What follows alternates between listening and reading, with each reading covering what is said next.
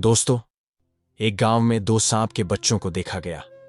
गांव की गलियों में वो बेकरारी से माँ माँ पुकार रहे थे और उनकी इस पुकार में इतनी ज्यादा तड़प थी कि जो कोई भी ये पुकार सुनता उसका कलेजा मुंह को आने लगता। कुछ लोग तो डंडे लेके उनके पीछे उन्हें मारने के लिए दौड़ते और वो अपनी जान बचाते हुए जंगल में मौजूद कुएं में छलांग लगा देते। दोस्तों, आखिर वो सांप इंसानी आवाज में किस तरह माँ माँ पुकार रहे थे? लोग हैरतजदा थे। उन्हें अपनी आंखों और कानों पर यकीन नहीं आ रहा था। वहां के लोग उनकी आवाज सुनकर खौफजदा हो जाते और कुछ उनकी बेकरारी देखकर तड़प उठते। आखिर उन बच्चों के साथ ऐसा क्या हुआ था? वो अपनी मां को क्यों ढूंढ रहे थे और गलियों में इतनी बेकरारी से क्यों मां को पुकार रहे थे? क्या ये वाकई सांप थे या इंसान? आपने जुल्म की दास्तानें तो सुनी होंगी। पराए तो जुल्म करते ही हैं, लेकिन जब अपने खून के रिश्ते जुल्म करने पर आई तो वो क्या करते हैं? इस हकीकत को जानने के लिए इस वीडियो को एंड तक जरूर देखिएगा। दोस्तों, ये किस्सा गांव में रहने वाली एक खूबसूरत और कम उम्र लड़की सफिया का है। सफिया का ताल्लुक एक गरीब घराने से था। उसका बाप जमींदार की जमीनों पर मजदूरी करता था, जबकि उसकी मां लोगों के कपड़े सिलाई करके गुजारा करती थी। सफिया की बस दो ही बड़ी बहनें थीं जो ब्याही जा चुकी थीं। दोनों बहनें दूसरे गांव में एक ही घर में ब्याही गई थीं और कभी कभार जब वो घर आती तो घर में रौनक लग जाती। सफिया बहुत खूबसूरत थी। उसकी मां की ख्वाहिश थी कि सफिया का रिश्ता अच्छे खानदान में हो, क्योंकि उसकी आदतें बहुत नेक थीं और वो काफी तमीजदार और बाअदब लड़की थी। एक दिन सफिया जब अपने बाप को खाना देने के लिए खेतों में गई तो वहां पर जमींदार के बेटे फजल बख्श की नजर सफिया पर पड़ गई। काली चादर में लिपटा हुआ मासूम हुस्न फजल बख्श के दिल में उतरता गया और वो उसे हैरानी से देखता रह गया, यूं जैसे उसने ये हुस्न पहली बार देखा हो। सफिया तो अपने बाप को खाना देकर चली गई, लेकिन फजल बख्श ने सफिया के बाप से पूछा, चाचा, ये लड़की कौन थी? सफिया का बाप बोला, मेरी सबसे छोटी बेटी सफिया है। सफिया के बाप ने अदब भरे अंदाज में फजल बख्श से कहा तो वो सर हिलाकर रह गया। कुछ देर बाद फिर पूछा, चाचा, इसका कहीं रिश्ता वगैरह भी किया है? सफिया का बाप बोला, साईं, रिश्ता ढूंढ रहे हैं, जल्द ही कोई अच्छा रिश्ता मिलेगा तो रुखसत कर देंगे। सफिया का बाप लाचारी से कहकर अपने काम में मशगूल हो गया, जबकि फजल बख्श की नजरें उस मजबूर बाप के चेहरे पर थीं। सफिया का बाप नहीं जानता था कि फजल बख्श के दिल में क्या चल रहा है। फजल बख्श ने जब से सफिया को देखा वो उसका दीवाना हो गया था। उसे हर जगह सफिया का चेहरा दिखाई देने लगा और वो एक ही दिन में उससे शिद्दत से मोहब्बत महसूस करने लगा। तभी उसने अपने बाप से बात करने का फैसला किया और कहने लगा, अब्बा जान, आप आजकल मेरे रिश्ते के लिए कोशिश कर रहे हैं, मुख्तलिफ गांवों के चौधरियों से बात कर रहे हैं, लेकिन मुझे अपने जैसे ऊंचे घराने में रिश्ता नहीं करना। मैं इस गांव की ही एक लड़की को पसंद करता हूं। अगर आप मुनासिब समझें तो मेरा रिश्ता उसके साथ तय कर दें। वो लड़की देखने में न सिर्फ हसीन है बल्कि आदतों में भी बहुत आला है। फजल बख्श ने जब अपने बाप से मोहतरम तरीके से दरख्वास्त की तो उसके बाप ने अपने बेटे की ख्वाहिश को देखते हुए फौरन हामी भर ली, क्योंकि वो जानते थे कि फजल बख्श यूं ही किसी चीज को पसंद नहीं करता और अगर उसने किसी लड़की की ख्वाहिश की है तो यकीनन वो इस काबिल है कि उसे चाहा जाए और अपनाया जाए। यूं फजल बख्श के कहने पर जमींदार ने सफिया के बाप से रिश्ते की बात कर ली। सफिया का बाप तो सुनकर हैरतजदा रह गया और जमींदार के पैरों में गिर पड़ा।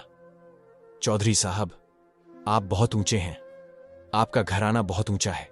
मैं और मेरे आबा व अजदाद ने हमेशा आपकी गुलामी की है। ऐसे में मैं अपनी बेटी कैसे आपके बेटे को दे सकता हूं? चौधरी ने फौरन सफिया के बाप को कंधों से थाम कर उठाया और कहने लगा, हैसियत में कमतर होना या ऊंचा होना कोई बड़ी बात नहीं है। असल चीज तो सीरत और नेक आदतें हैं और तुम्हारी बच्ची इस मय्यार पर पूरा उतरती है। मुझे इस रिश्ते पर जब कोई एतराज नहीं तो तुम क्यों एतराज कर रहे हो? क्या तुम्हें मेरे बेटे में कोई कमी दिखाई देती है? जमींदार ने जब यह कहा तो सफिया का बाप फौरन बोला, नहीं नहीं चौधरी साहब, मेरा वो मतलब नहीं था। मैं सिर्फ आपकी ऊंची हैसियत की वजह से कह रहा हूं। मेरी सफिया आपकी अमानत है, जब मर्जी आकर ले जाएं। यूं सफिया के बाप के हामी भरते ही अगले ही जुमा सादगी के साथ उन दोनों का निकाह हो गया। सफिया की दोनों बहनें भी शादी में शिरकत के लिए आ चुकी थीं, और जब उन्हें मालूम पड़ा कि सफिया की शादी जमींदार के घर में हो रही है तो दोनों बहुत हैरान हुईं और मां से कहने लगीं, अम्मा, ये कैसे मुमकिन हुआ? क्या सफिया ने उस लड़के के साथ इश्क लड़ा लिया है? जबकि उसकी मां एकदम सीने पर हाथ रखकर दहल के बोली, अरे, ये तुम कैसी बातें कर रही हो सगी बहन हो? क्या तुम्हें मालूम नहीं कि सफिया ऐसी नहीं है? जमींदार ने खुद अपनी ख्वाहिश के मुताबिक रिश्ता भेजा है और तुम्हारे बाप ने कबूल कर लिया। सफिया की दोनों बहनों की आंखों में अजीब सा हसद दिखाई दे रहा था। उनके चेहरे बनावट की खुशियों से चमक रहे थे, लेकिन उनकी मसनूई हंसी साफ महसूस की जा सकती थी। सफिया रुखसत होकर जमींदार के घर में आ गई, जहां पर फजल बख्श ने उसका पुरतपाक इस्तकबाल किया। फजल बख्श ने जब सफिया को अपनी मोहब्बत के किस्से सुनाए तो वो हैरान रह गई। उसे अपनी किस्मत पर रश्क महसूस हो रहा था। एक छोटे से कच्चे घर से उठकर वो एक बहुत बड़ी हवेली में आ गई थी, और इसमें सिर्फ और सिर्फ फजल बख्श की मोहब्बत का कमाल था। सफिया बहुत खुश थी। उसकी बहनें शादी के कुछ दिनों के बाद उससे मिलने के लिए जब हवेली में आईं तो सफिया के ठाठ बांट देखकर हैरान रह गईं। अरे सफिया, तुम कितनी खुशकिस्मत हो, इतने बड़े घर की बहू बन गई हो। सोने के जेवर पहनकर, कीमती लिबास पहनकर घर में घूमती फिरती हो। सफिया की सबसे बड़ी बहन अजीब लहजे में कहने लगी तो वो मुस्कुरा दी और कहने लगी, मेरा तो सबसे बड़ा जेवर फजल बख्श की मोहब्बत है, मुझे इसके अलावा और कुछ नहीं चाहिए। सफिया की शर्मगीन मुस्कान और चेहरे की खुशी देखकर उसकी दोनों बहनों के दिल में अजीब सा हसद सर उठाने लगा और उनकी आंखों में आग के शरारों जैसी लपटें दिखाई देने लगीं। तभी सफिया की दूसरी बहन बोली, अब्बा ने हमारी दफा तो शरीफ घराने को तरजीह दी और अपने ही जैसे गरीब घराने में हमारी शादी कर दी, लेकिन अब्बा को तुमसे ज्यादा मोहब्बत है जो उन्होंने जमींदार के घराने का इंतखाब किया। ये बात सुनकर सफिया खामोश सी हो गई, फिर कहने लगी, बाजी ऐसी बात नहीं है, अब्बा को हम तीनों से बहुत मोहब्बत है। यही वजह है कि आज तक कभी उन्होंने बेटे की कमी का भी रोना नहीं रोया। ये तो मेरी किस्मत और फजल बख्श की मोहब्बत थी जो मुझे यहां तक ले आई। सफिया हर हाल में खुश थी, लेकिन उसकी दोनों बहनों को सफिया का ये उरूज गवारा नहीं था। वो पल पल सफिया से हसद महसूस करने लगी और मासूम सफिया को इस बात का इल्म नहीं हो सका।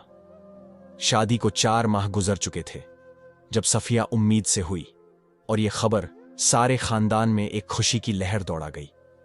सफिया के माँ बाप और जमींदार अपने पोते के आने की खुशी में बहुत ज्यादा पुरजोश हो रहे थे, लेकिन जमींदार को नहीं पता था कि यह खुशी उसकी किस्मत में नहीं है। एक रात अचानक ही दिल का दौरा पड़ने के बाइस उसका इंतकाल हो गया। चूंकि फजल बख्श की मां तो उसके बचपन में ही फौत हो गई थी और अब बाप का साया भी सर से उठ चुका था। इसी वजह से फजल बख्श उन दिनों बहुत ज्यादा उदास और गमजदा रहता था। ऐसे में सफिया ने उसकी बहुत दिलजोई की और उसे एक बार फिर से जिंदगी की तरफ लौटने में मदद दी। सफिया का हामल 6 महीने का हो चुका था और इस दौरान उसकी बहनें एक बार भी उसे मुबारकबाद देने के लिए नहीं आई थीं। सफिया को उनका ना आना तो बहुत बुरा लग रहा था और वो समझ नहीं पा रही थी कि आखिर उसकी बहनें उससे क्यों नाराज हैं। दूसरी तरफ उन दोनों बहनों की अभी तक कोई औलाद नहीं थी और सफिया को शादी के फौरन बाद ही अल्लाह ने खुशखबरी दे दी। इसी वजह से उन दोनों के दिल में अजीब तरह की नफरत और हसद ने एक अनोखी जंग छेड़ दी। वक्त गुजरता रहा। सफिया 8 महीने की हामला हो चुकी थी और आजकल उसकी तबीयत बहुत ज्यादा खराब रहने लगी थी। इसी दौरान फजल बख्श को काम के सिलसिले में एक दूर दराज इलाके में जाना पड़ गया। वो बहुत परेशान था। अगर जमींदार जिंदा होता तो उसे कोई फिक्र न होती, लेकिन अब चूंकि उसके वालिद का साया सर से उठ चुका था, इसी वजह से अब वो ज्यादा परेशान था। न सिर्फ जमीनों के मामलात बल्कि कारोबारी मामलात भी फजल बख्श को देखना पड़ रहे थे। इसीलिए उसने सफर का इरादा किया, लेकिन सफिया की हालत उसके सामने थी और उसे कुछ समझ नहीं आ रही थी कि वो क्या करे। फजल बख्श की परेशानी देखते हुए सफिया ने ही उसे हिम्मत दी और कहने लगी, आप फिक्र मत करें, मैं अपनी दोनों बाजियों को यहां पे बुलवा लेती हूं। वो कुछ दिन मेरे साथ रुक जाएंगी और फिर जब तक बच्चे की पैदाइश नहीं हो जाएगी वो यहां से नहीं जाएंगी। फजल बख्श को यह मशवरा काफी माकूल लगा और कहने लगा, अगर ऐसा हो जाए तो बहुत अच्छा हो जाएगा। तुम आज ही उन्हें पैगाम भिजवा दो और मेरे जाने से पहले पहले ही वो यहां आ जाए। फजल बख्श ने कहा। तो सफिया ने सर हिला दिया और अपने एक मुलाजिम के जरिए उसने अपनी दोनों बहनों को अपने घर आने का पैगाम भिजवा दिया। सफिया की दोनों बहनें उसके घर चली आईं क्योंकि उनका इरादा था कि कुछ दिन वहां पर ऐश के साथ रहेंगी, अच्छे खाने खाएंगी और देखेंगी कि आखिर सफिया क्या पैदा करती है, क्योंकि अपने तौर पर वो उससे हसद कर करके तंग आ चुकी थी और अब वो उसकी हवेली में चंद दिन रहकर ऐश करना चाहती थी। यही सब कुछ सोचकर वो दोनों हवेली चली आईं। सफिया अपनी बहनों की आमद पर बहुत खुश थी और बार बार उनका शुक्रिया अदा कर रही थी। सफिया के चेहरे पर मां बनने का नूर बिखरा हुआ था और उसका चेहरा मुतमिन और सरशार दिखाई दे रहा था। दोनों बहनें सफिया को देखकर जल गईं और कहे बिना नहीं रह सकीं, अरे ये तुमने अपनी हालत क्या बना रखी है, कितना फैल गई हो, ऊपर से वजन कितना बढ़ा लिया है। ठीक है, हामला हो, खाना पीना ज्यादा रखना चाहिए, लेकिन ऐसा भी क्या उतावलापन कि तुम इतनी मोटी हो जाओ। सफिया की बड़ी बहन ने जब ऐसा कहा तो सफिया का रंग फीका पड़ गया, लेकिन फजल बख्श बोला, सफिया मुझे इसी हालत में अच्छी लगती है, वो मोटी नहीं हुई, ये मां बनने का नूर है और मुझे पूरा यकीन है कि बच्चे की पैदाइश के बाद ये और ज्यादा हसीन हो जाएगी और ज्यादा खूबसूरत लगेगी।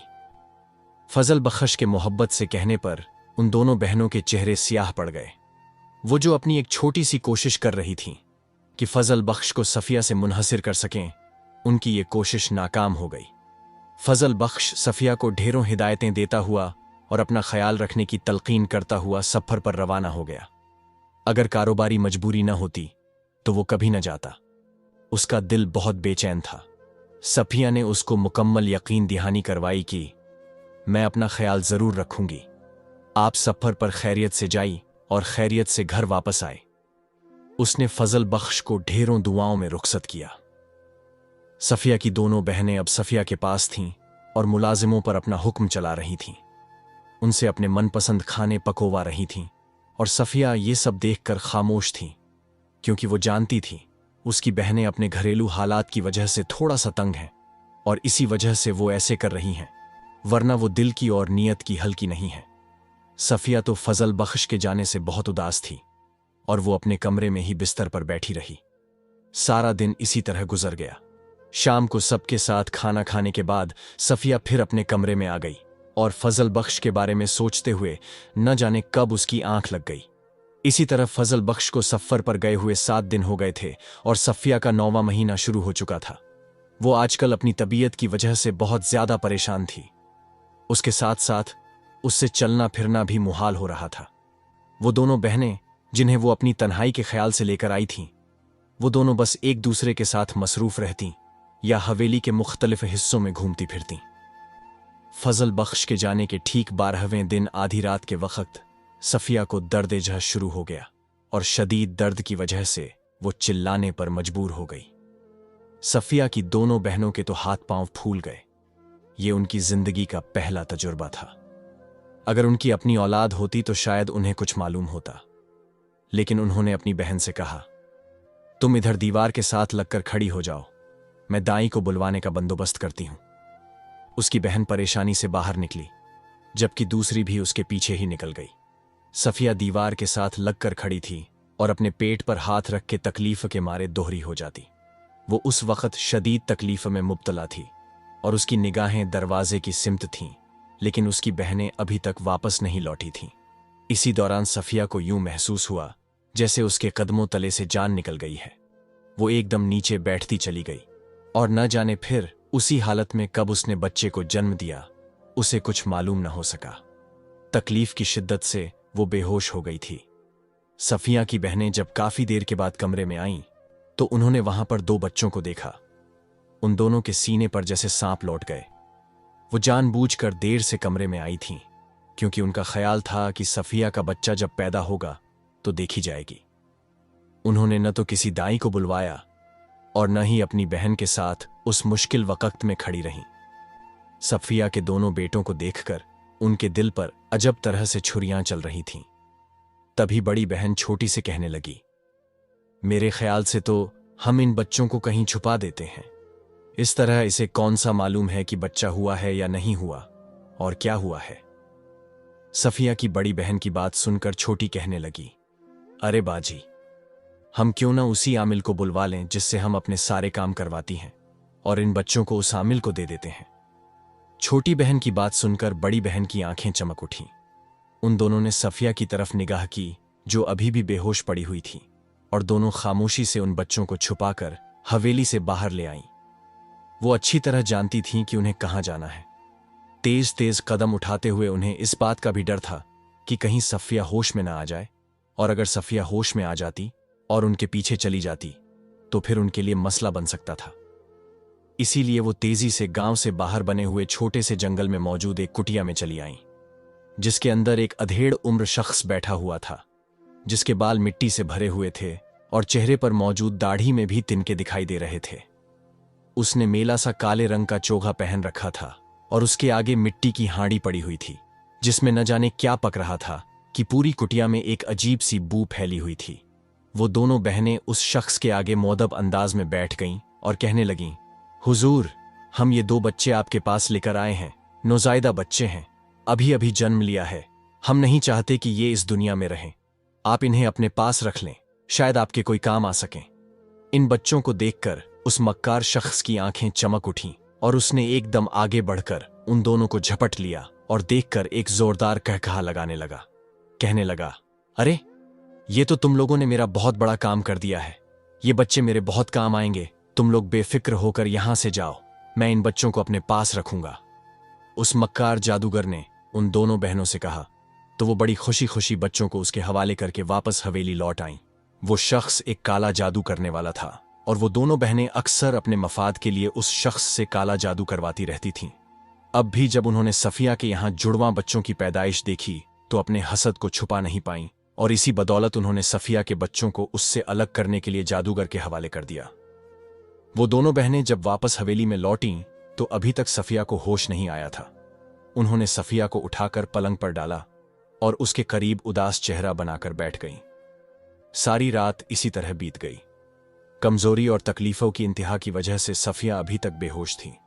दोपहर के बाद जब उसे हल्का हल्का होश आना शुरू हुआ तो उसने सबसे पहले अपने बच्चे के बारे में दरियाफ्त किया। मेरा बच्चा कहाँ है? बेटा हुआ है या बेटी?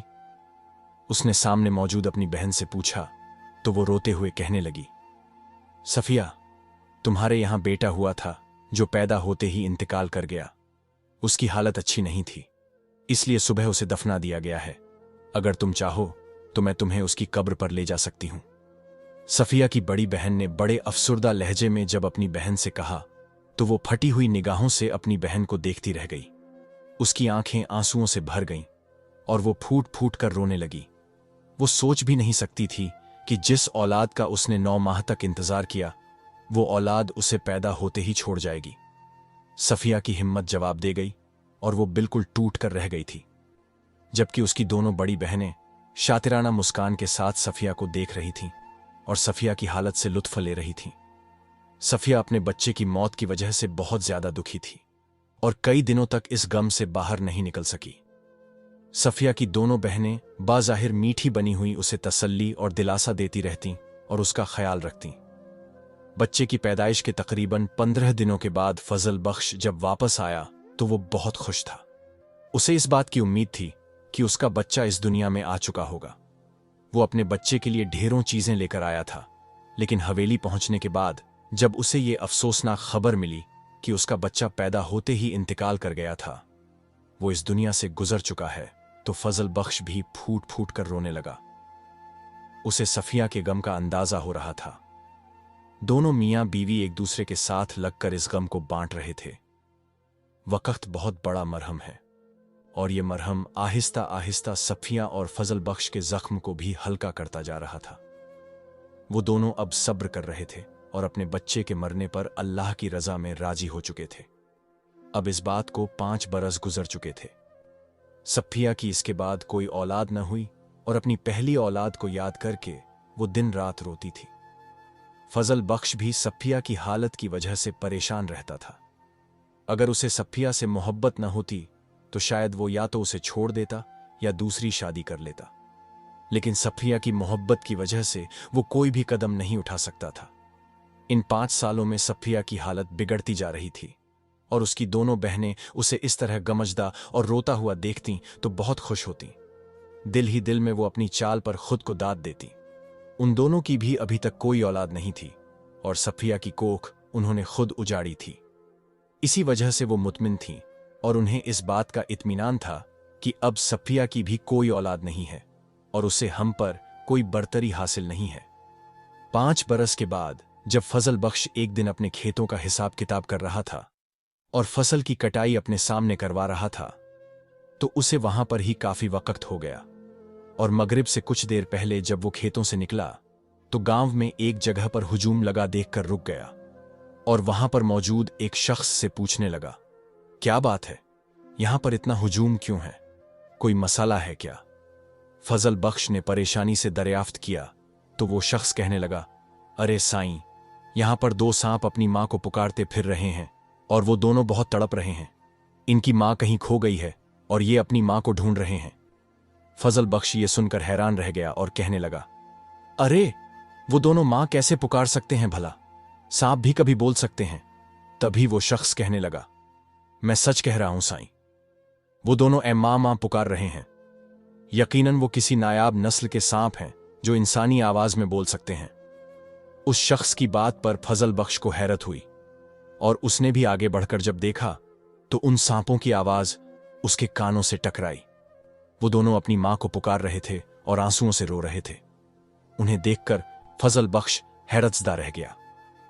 जमींदार को अपने सामने देखकर गांव के लोग बाअदब होकर खड़े हो गए।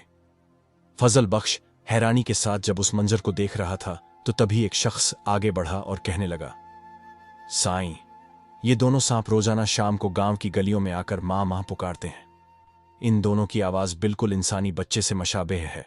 जिस आवाज में ये बोलते हैं उसे सुनकर ऐसा लगता है जैसे ये 4-5 साल के बच्चे हों। और फिर जब इन्हें पकड़ने की कोशिश की जाए तो ये जंगल में मौजूद कुएं में जाकर छुप जाते हैं और किसी के कहने पर बाहर नहीं आते। फजल बख्श ये सब कुछ सुनकर बहुत हैरान हुआ। उसके इल्म में ये बात नहीं थी। उसने इन सांपों को पकड़ने का हुक्म दे दिया और कहने लगा, किसी भी तरीके से इन सांपों को मेरे सामने लेकर आओ। मैं जानना चाहता हूं कि आखिर ये किस नस्ल के सांप हैं और क्या चाहते हैं। इनकी मां कौन है? लेकिन फजल बख्श के मुलाजिमों की बहुत कोशिशों के बावजूद वो सांप उनके कब्जे में ना आए, बल्कि वो कुएं में जाकर छुप गए और कुएं में किसी का उतरना अपनी जान गंवाने के बराबर था। फजल बख्श के खास मुलाजिम उसके पास वापस आ गए और कहने लगे, साईं, इस सांप को पकड़ने की हमने बहुत कोशिश की लेकिन वो हमारे कब्जे में नहीं आए। वो आगे से हमें कहते हैं कि हमें सिर्फ हमारी मां ही यहां से निकाल सकती है और हम सिर्फ अपनी मां के पास जाएंगे। ये सुनकर फजल बख्श बहुत हैरान हुआ और उसे समझ नहीं आ रहा था कि अब वो क्या करे। तभी उसके एक खास मुलाजिम ने कहा, साईं, आप किसी अल्लाह वाले बुजुर्ग से इस सिलसिले में मदद लें। शायद उनकी मदद की बदौलत हम इन सांपों पर कब्जा हासिल कर सकें।